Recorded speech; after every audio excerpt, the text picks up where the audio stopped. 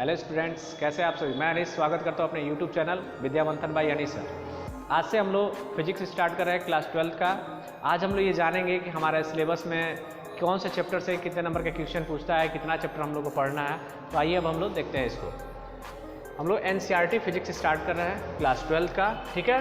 जिसमें से पार्ट जो फर्स्ट होता है यानी बुक पहला जो है, उसमें देखिए आपका जो यूनिट है, कितना यूनिट पढ़ना है हमको। पहले किताब में 5 यूनिट पढ़ना है, पहले किताब में 5 यूनिट पढ़ना, ठीक है।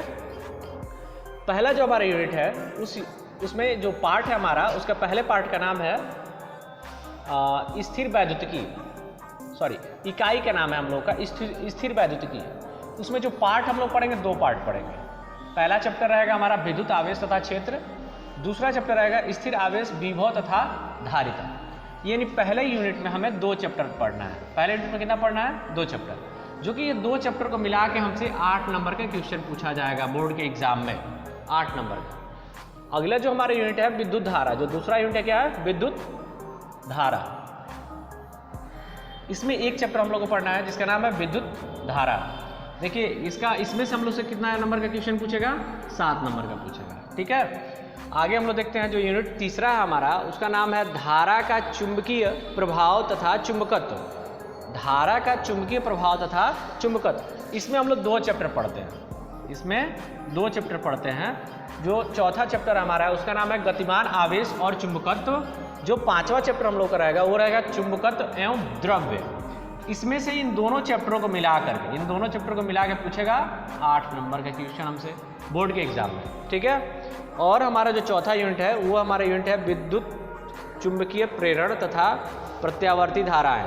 इससे 2 चैप्टर इसमें है, उसका नाम है हमारा विद्युत चुंबकीय प्रेरण और प्रत्यावर्ती धाराएं। विद्युत चुंबकीय प्रेरण और प्रत्यावर्ती धाराएं, इससे भी हमारा 8 नंबर का क्वेश्चन पूछता है बोर्ड के एग्जाम में। अगला हमारा विद्युत चुंबकीय तरंगे, यानी यूनिट 5वां यूनिट है हमारा क्या? विद्युत चुंबकीय तरंगे। इससे हमारा जो क्वेश्चन पूछता है, माने एक चैप्टर इसमें हम लोग पढ़ते हैं विद्युत चुंबकीय तरंगे, और इससे हमारा 4 नंबर का क्वेश्चन पूछता है। इस तरह पहले किताब को मिला करके टोटल हमारा 35 नंबर का नंबर हो जाता है पहले किताब से, यानी 35 नंबर का पूछता है। और ये जो हम लोग आंकड़ा लिखे हैं 8 number 7 number 8 number 8 number 4 number, इसमें बाबू कुछ 1-2 नंबर आगे भी हो सकते हैं, 1-2 नंबर पीछे भी हो सकते हैं। मैंने हो सकता है 8 वाले से 10 पूछ दे, हो सकता है 7 वाले से 5 ही नंबर का पूछे, लेकिन एक मोटा मोटी हम लोग का आंकड़ा है ये, उसके हिसाब से हम लोग अपना पढ़ाई करते हैं। यानी कुल पहले किताब में कुल हमको जो चैप्टर पढ़ना है, कुल जो लेसन पढ़ना है 8 पढ़ना है। कुल जो नंबर हमारा पूछेगा वो 35 नंबर का पूछेगा बोर्ड के एग्जाम में, ठीक है। अब हम लोग इसी प्रकार देखते हैं दूसरा जो किताब है हम लोग का फिजिक्स पार्ट 2 NCERT का जो भाग 2 है हमारा, उसमें हमारा है जो 6वां इकाई है वो प्रकाशिकी है। इसमें हम लोग जो चैप्टर पढ़ते हैं 2 चैप्टर पढ़ते हैं इसमें भी। इसमें 9वां चैप्टर जो है हमारा किरण प्रकाशिकी एवं प्रकाशिकी यंत्र, और जो 10वां चैप्टर है वो तरंग प्रकाशिकी है। इन दोनों से मिला करके हमको 13 नंबर का क्वेश्चन पूछता है, ठीक है। ये बहुत मोस्ट इंपॉर्टेंट क्वेश्चन, मतलब ये चैप्टर है बाबू। इससे अच्छा क्वेश्चन पूछ देता है और लड़के अच्छा खासा नंबर भी गेन कर लेते हैं सब। जो 7वां चैप्टर है हमारा 7वां इकाई जो है वो है हमारा विकिरण तथा द्रव्य की दैत्य प्रकृति। इसमें हमारा एक चैप्टर होता है विकिरण तथा द्रव्य की दैत्य प्रकृति। ये 11 नंबर का चैप्टर है हमारा। इससे हमसे 6 नंबर का क्वेश्चन पूछता है। कितने नंबर का? 6 नंबर का, ठीक है। अगला हमारा यूनिट है परमाणु तथा नाभिकीय। परमाणु तथा नाभिकीय, इससे हमारा 2 चैप्टर पूछता है। एक है परमाणु और दूसरा है नाभिक। यानी 12वां चैप्टर हमारा परमाणु होता है और 13 नंबर का चैप्टर हमारा क्या होता है? नाभिक होता है। इससे कुल मिला के हमारा 8 नंबर का क्वेश्चन पूछता है इन दोनों चैप्टरों को मिला करके, ठीक। अगला हमारा होता है 9वां जो हमारा यूनिट है इलेक्ट्रॉनिक युक्तियाँ। ये बहुत इंपॉर्टेंट है, इससे कंपटीशन में क्वेश्चन भी पूछता है और बोर्ड के एग्जाम में तो पूछता है। ये इलेक्ट्रॉनिक युक्तियाँ होती है। इससे एक चैप्टर हमारा है अर्धचालक इलेक्ट्रॉनिक्स। इससे 8 नंबर के क्वेश्चन पूछता है और बड़ा आसान ये चैप्टर है, आसानी से लड़के 8 नंबर कर जाते हैं सर, ज़्यादा इसमें कुछ हार्ड नहीं आता। इस प्रकार हम लोग समझ गए कि जो दूसरा चैप्टर है उससे हमको कुल कितना, दूसरे किताब में कितना हमको चैप्टर पढ़ना है। दूसरे किताब में यानी फिजिक्स 2 में हमको कुल जो चैप्टर पढ़ना है वो 6 चैप्टर पढ़ना है। और दूसरे किताब से हमारा जो कुल नंबर पूछेगा, कितने नंबर का पूछेगा? 35 नंबर का फिजिक्स पूछेगा। इस प्रकार दोनों किताब को मिला करके जो हमारे बोर्ड के एग्जाम में क्वेश्चन पूछा जाता है, टोटल 70 नंबर का पूछा जाता है, जिसमें से हमारा 30 नंबर का प्रैक्टिकल होता है। यानी टोटल 100 नंबर का आपका पेपर होता है, जिसमें से 70 नंबर का आपका रिटेन होता है और 30 नंबर का आपका स्कूल से प्रैक्टिकल होता है, ठीक है। अब हम लोग इसके आगे थोड़ा सा इसके बारे में जो अगला डिस्कशन है अभी हम लोग जाने कि किस चैप्टर से कितने नंबर का क्वेश्चन पूछता है। अब हम लोग थोड़ा सा अपना बेसिक जानेंगे कि जो हमारा चैप्टर नंबर फर्स्ट यानी फिजिक्स जो स्टार्ट होगा उसमें क्या क्या बेसिक यूज है, जो कि आप लोग पिछली क्लास में आप लोग पढ़ भी चुके होंगे। और ये समझने के बाद से चैप्टर हमारा थोड़ा समझना और आसान हो जाता है, तो इसलिए हम लोग थोड़ा सा इस पर फोकस करेंगे और देखेंगे कैसे क्या होता है। तो हम लोग पढ़ रहे हैं भौतिक राशियों की विमाएँ। इसमें हम लोग पढ़ेंगे मूल राशियाँ। मूल राशियाँ हमारा मेन जो होता है वो होता है लंबाई, दूसरा होता है द्रव्यमान, जो तीसरा होता है वो होता है समय। ये हमारा मेन 3 है। एमकेएस पद्धति में लंबाई के मात्रक m होता है, यानी हम मीटर कह सकते हैं, मीटर से लिखते हैं। द्रव्यमान को किग्रा में लिखते हैं और समय को सेकंड में लिखते हैं, एमकेएस पद्धति। फिर हमारा उसके बाद आता है सीजीएस पद्धति। सीजीएस पद्धति में लंबाई को सेंटीमीटर में नापा जाता है, सेंटीमीटर में।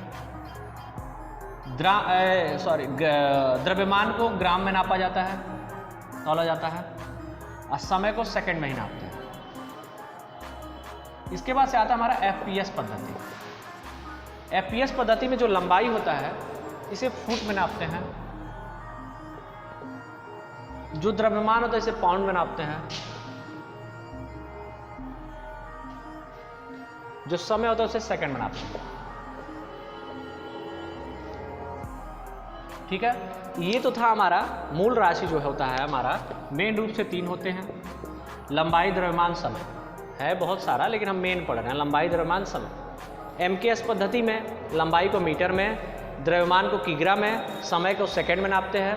सीजीएस पद्धति में लंबाई को सेंटीमीटर में, द्रव्यमान को ग्राम में और समय को सेकंड में नापते हैं। एफपीएस पद्धति में लंबाई को फुट में नापते हैं, द्रव्यमान को पाउंड में नापते हैं और समय को सेकंड में नापते हैं। ठीक है, अब हम लोग आगे देखेंगे अपना जो हमारा मूल राशि होता है वो 7 प्रकार का होता है टोटल।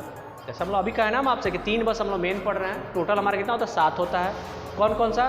द्रव्यमान, लंबाई, समय, विद्युत धारा, ज्योति तीव्रता, ताप और पदार्थ की मात्रा। ठीक है, जो द्रव्यमान होता है इसका मात्रक किग्रा होता है, लंबाई का मीटर होता है, समय का सेकंड होता है, विद्युत धारा का एम्पियर होता है, ज्योति तीव्रता का मात्रक कैंडिला होता है, ताप का मात्रक केल्विन होता है, पदार्थ की मात्रा का मोल होता है। ठीक, और इसका मात्रक यानी विमीय सूत्र जो होता है उसको हमने सामने लिख दिया है संकेत में, यानी द्रव्यमान को m से लिखते हैं विमीय सूत्र में, लंबाई को l से लिखते हैं विमीय सूत्र में, समय को विमीय सूत्र में t से लिखते हैं, विद्युत धारा को a से लिखते हैं, ज्योति तीव्रता को cd से लिखते हैं, ताप को k से लिखते हैं। ठीक है, आइए हम लोग एक एग्जाम्पल से समझते हैं इसको कि विमीय सूत्र निकालते कैसे। जैसे अगर हमको वेग निकालना होगा, कोई कद हमसे वेग का विमीय सूत्र बताए, क्या होता है? विस्थापन बटा समय, विस्थापन बटा समय, ये हमारा फार्मूला होता है वेग का। ठीक, तो जो विस्थापन है वो किससे रिलेटेड है? विस्थापन हमारा दूरी से रिलेटेड है, लंबाई से रिलेटेड है, और जो भी लंबाई होता है उसके लिए विमीय सूत्र किसका यूज करते हैं? L, यहाँ लिख देंगे L। आज समय का विमीय सूत्र हमने अभी क्या पढ़ा है? T। ठीक है, इसको जब नीचे से ये T है, जब ये 1 खाता है और ये जो ऊपर जाएगा तो -1 हो जाएगा, तो इसके हम लिख सकते हैं L T पे पावर -1। ये हो गया हमारा वेग, वेग का विमीय सूत्र निकल गया हमारा।